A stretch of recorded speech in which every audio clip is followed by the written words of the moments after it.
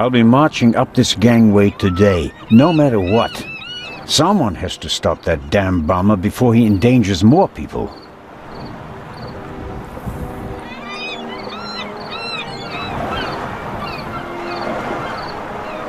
Constable Oliver seems to be a little simplistic. But I don't think he's a bad policeman. The way he reacted in the tunnel and got the train moving. Hats off. Hello, Constable Olivier. It's Oliver. I just wanted to say that you did a good job in the tunnel. Thanks. How did you know how to get the train moving? I come from a family of miners, and my uncle is an engine driver down a mine. I see. And you looked over his shoulder? Yeah, best way to learn. Did Legrand tell you about his theory? That it could be the real Raven? Of course he did. We're partners. But the modus operandi doesn't fit at all. The Raven wasn't a bomber. We have the letter. And the feather. That's his symbol. Anyone can put a feather in an envelope. You would know. What's that supposed to mean? It was you. What was me? You put the envelope on the safe. To blow myself up? You threw the bomb away, and now you're the famous hero, right? And the Raven must have paid you pretty well. That is ridiculous. Is it? Only you and I and Legrand were in the freight car. One of us must have put the envelope on the safe. Legrand didn't. And I didn't. Think about it.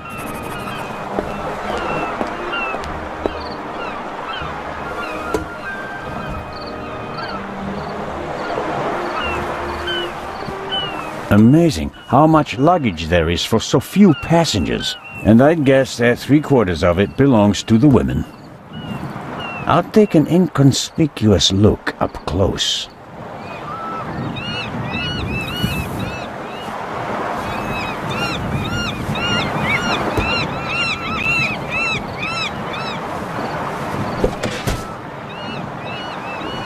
Oh, I'm sorry. I wasn't expecting anyone to be crawling around on the ground in front of my door. Don't worry about it, miss. No harm done. Oh, that's good to hear, Mr. Zellner. Anton Jakob Zellner.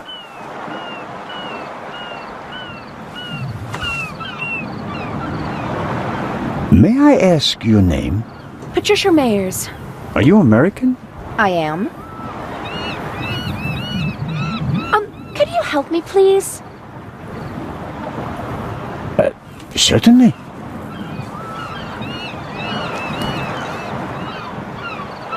Are you on your way to Egypt? Yes. Are you on holiday? My father works for a railroad company there.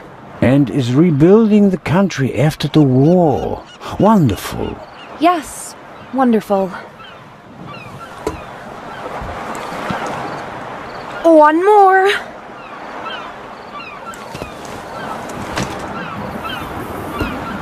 You're lucky to have a father who takes you to so many interesting places. Oh, yes. Lucky me. Aren't you interested in Egypt? The pyramids, the history. I would have been more interested in a father who doesn't travel 300 days a year. I'm sure your father regrets that he can't always be with you. No doubt. And I'm sure he always wanted the best for me. But that doesn't stop him from thinking only about himself far too often.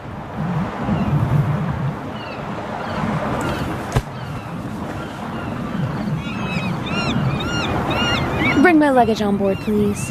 Excuse me? It was a pleasure meeting you, Constable Zellner. Impertinent.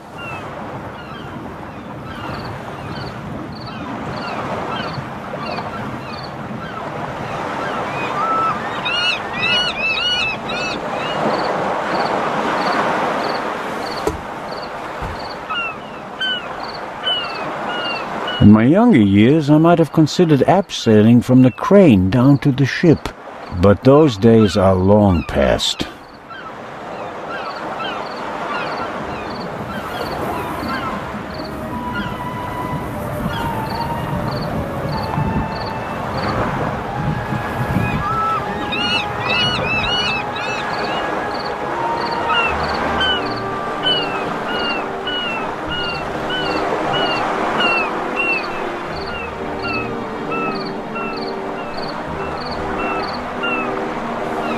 Is the doctor afraid to board the ship?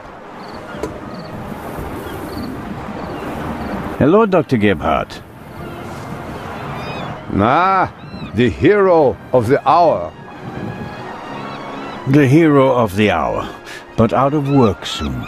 Oh, you won't be a policeman anymore? Yes, but on my old beat, which is almost as good as being out of work. I understand. Is your new job bothering you? On the contrary, I wasn't sure whether I made the right decision until now. I'm from the Black Forest, you know. There are only mountains there. No ships. But now... the salty breeze, the atmosphere... I think I want to stay at sea forever. The sea is one thing, the passengers are another. It will be okay. What do you know about the Baroness? Nothing really. Did you talk to her in the tunnel? No. Her butler was looking after her, and I was busy with Miss Miller. As you can imagine, it was a shock for her to see her son rolling away on a burning train. That's understandable. So, we were all glad when we heard about your brave deed. Have you already met the captain? Mario Di Conti. Heard of him? Should I have? He is something of a star in Italy. A war hero. In the First World War, when he was a young man, he sank more enemy ships than anyone else. In the Second World War, well, he had some personal problems. You mean like the ones you buy in bottles and pillboxes? Yeah, you could say that. Anyway, sending him into combat was out of the question. They gave him a supply ship instead, and he became a hero again.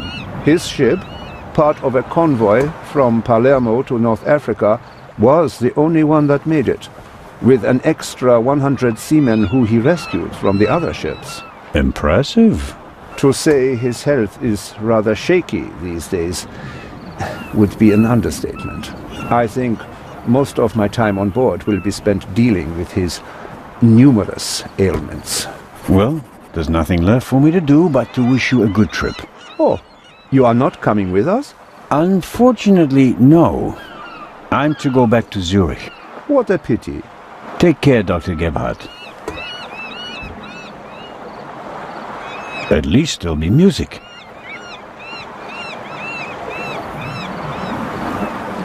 Oh, I just remembered. We found these in the tunnel. Are they yours? I'm afraid so. Strophantine.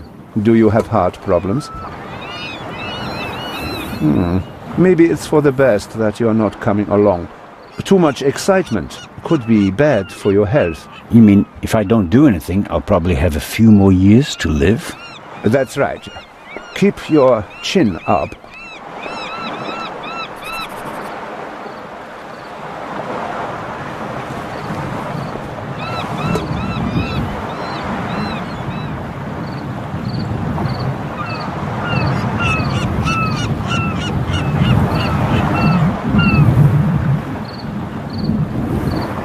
James? James! Where on earth are you? Hello, Baroness. Ah, Inspector. Constable. Poppycock. You won't be a constable much longer. When they find out how you rescued that little boy, they'll have to promote you to Inspector. Very kind of you to say so, Baroness. I hope you survived the adventure in the tunnel unharmed. Scandalous. You book a first-class cabin, and then you're walking on the rails. Huh. They wanted to bundle me off in a bus, without my luggage. The circumstances, madam. I insisted on a limousine, and didn't leave until all my luggage was recovered. Did you know that the real Eye of the Sphinx wasn't even on the train? I had no idea. Inspector Legrand seems to prefer to keep me in the dark, although I'm the one paying for all of this. The inspector is ensuring the safety of the Eye. Well, obviously. All the same, it was you who did the real work on the train.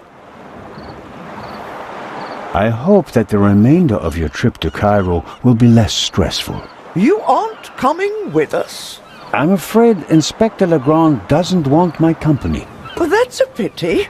In my opinion, another policeman guarding the eye certainly wouldn't hurt. On the other hand, you didn't manage to return my purse. But no offense. Now, where's my damned butler? James, there you are. Is the inspector to carry my luggage onto the ship all by himself? Well, actually... Baroness? Baroness, can you hear me? She fainted. No. No. Baroness? Again, harder. Hello? Can you hear me? Help me up. Perhaps we should... Now. I'll get Dr. Gebhardt. No, Doctor. Just a little moment of weakness. Your arm, James. Take me to the ship. But of course, madam. That was no moment of weakness. She saw something that shocked her, or someone. Very interesting, especially since she doesn't want to admit it.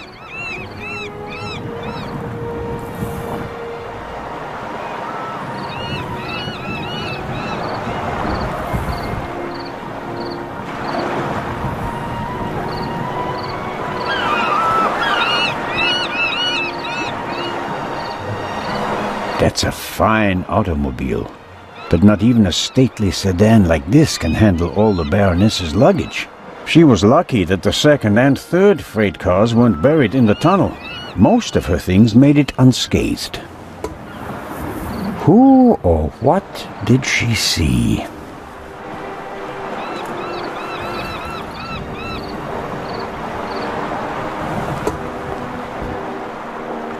Neither of them seems to have noticed what happened down here. You'll have a tough time with her. How does one get aboard without a ticket? Not brilliant, but it's a possibility.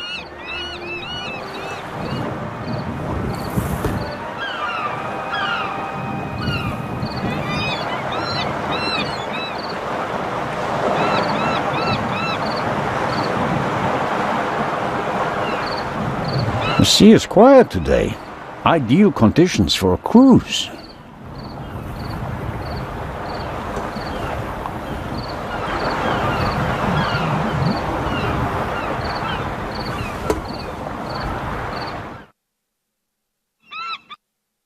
Oh, who do we have here? Signore... This is Constable Anton Zellner. Signore Zellner, I heard about your feats in the mountains. Welcome aboard the MS Lydia. Thank you, Captain. I didn't know you'd be taking part in the journey, but I'm glad to have you with us. I'll have a nice cabin prepared for you immediately. The constable will not be joining us. He has other duties. Oh, that's too bad. I would have loved to hear about his adventures from the man himself. I'd like to accept your offer, but unfortunately, higher powers prevent it. I am sorry to hear that. We are by no means full, and have plenty of room for one more passenger.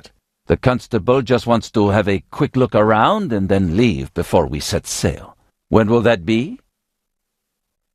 In about 15 minutes. There you have it, Constable. May I ask how to get to the cargo hold? Oh, signori, there are much nicer places on board. But I'm interested in the cargo hold. Why is that? One of the trunks seems suspicious to me. Someone could be hidden in it. You...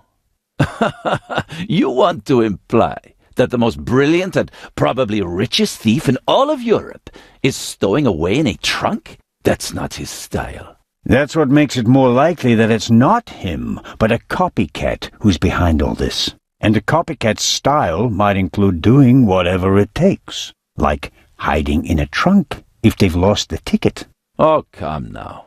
Actually, it would be possible for a registered passenger to board the ship without a ticket. What do you mean? You can't buy a ticket for the Lydia at the counter. You book the trip in advance. We know the names of all the passengers. As long as a passenger is on the guest list, we let them board the ship.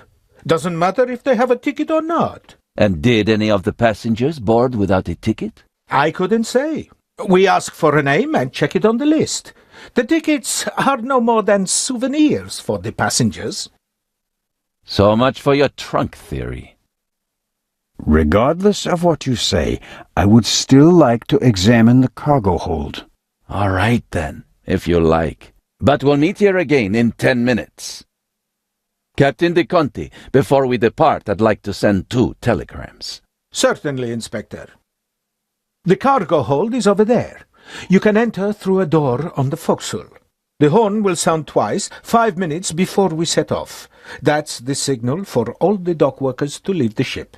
Understood, Captain. Follow me to the bridge. You can send your telegrams from there. My time is running out. If I don't find anything in the cargo hold, my cruise will be over before it even begins.